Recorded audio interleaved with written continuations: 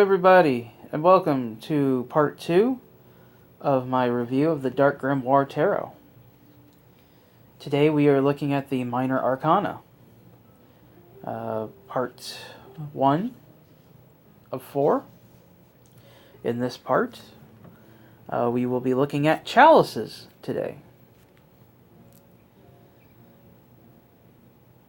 Before we begin, I want to say that this is going to be a little bit of a shorter video. There's really nothing more to say in this section because everything is to the point, basically.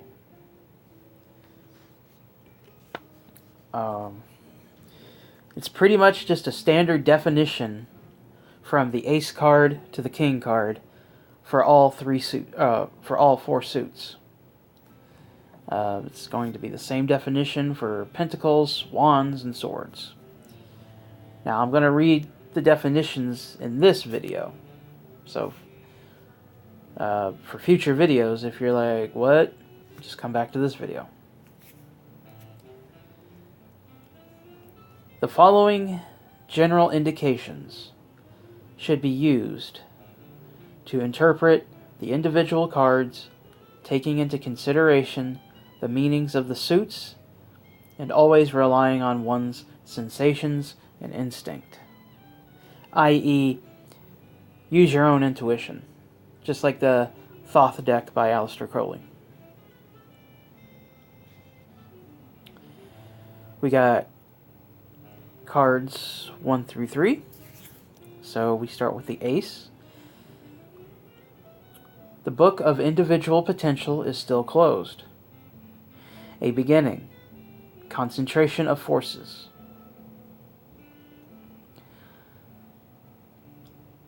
Two.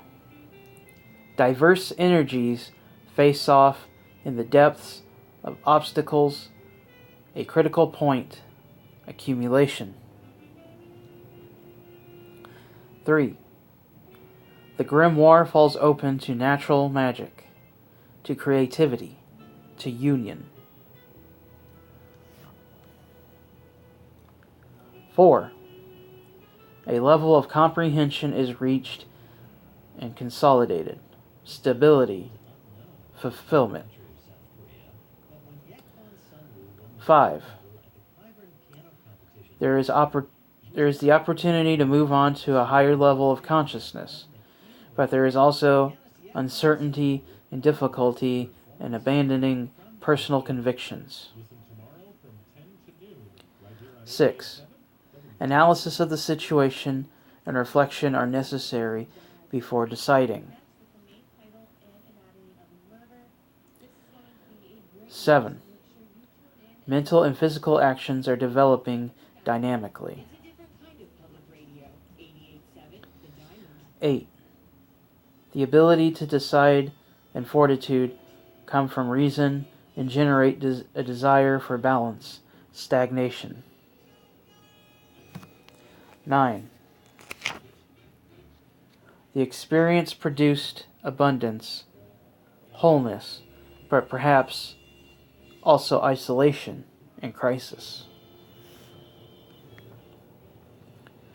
10. The end of a chapter of the grimoire represents fulfillment, consolidation, and a new beginning. Knave. Presage of the onset of a transformation, the secret learning of the hidden knowledge of the pyramids. Knight. Enterprise and vivacity, urge to action, inclination to a sudden turn of events. Queen. The keeper of the forces of one of the four personal centers. The perception of this energy. And then we finally have the King. The control of one of the four personal centers. The full possession of one's resources. Now I know what you're thinking. What the hell is personal centers? Well, I'll tell you what that is. It is the Minor Arcana suits. For Chalices, they represent dreams and represent emotions of the element of water, corresponding to our own emotional center,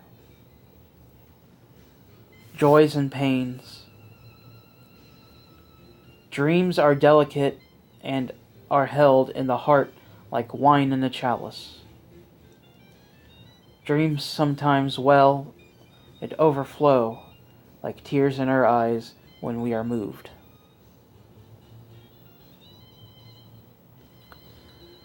So for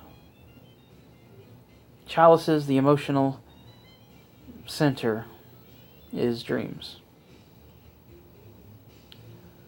Or, yeah, emotional center, yeah. My bad.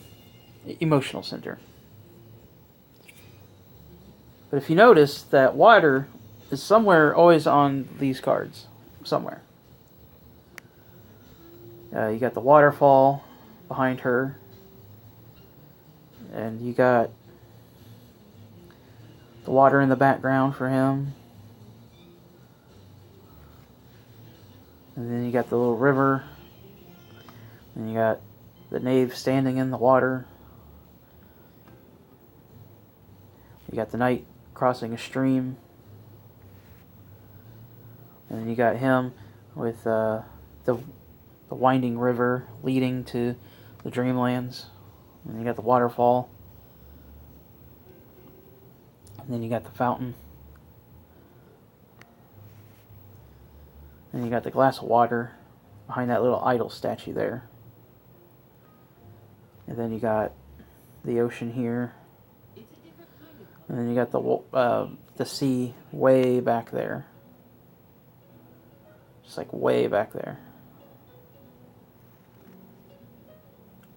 And then you got the water in the background for 3, 2, and for the ace card, it's just right there in a babbling brook. But it's very cut and dry. It's to the point, and it keeps up with the theme of the Necronomicon, which I know isn't really a basis for this deck wholly, but this deck does have some parallels with it. This deck will show you things that you need to know when you need to know it. Like the star card. I knew it. I knew this deck had it, but it just never showed itself to me. And as many times as I looked at this deck, it was like it was there, but it was blocked out. Until one day, it showed itself to me, and I'm like, wow. It's fucking crazy. But I think that's going to do it for this video. Next video for this series is coming soon, part 3. And like I said,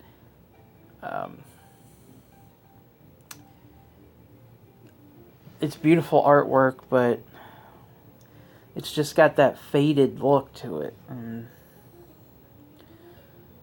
Except for these 3 here. 5 and 6 are too red for my liking. Like 2 reds close together.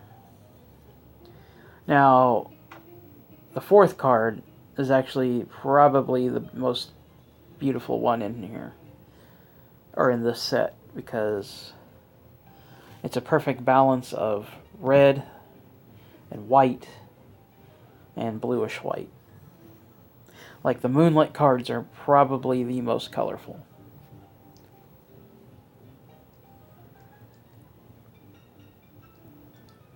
And then you got the, and then you got the dusted, faded look here, which is like, and then a little mixture of both. And then you got these two, which is a perfect balance. But that is the Chalices. So stay tuned for part 3, which will be Pentacles. So I want to say thank you for watching. Thank you for listening. Click that little bell icon to stay informed. All my links to where you can find me on social media will be in the description down below. And I will see you all later.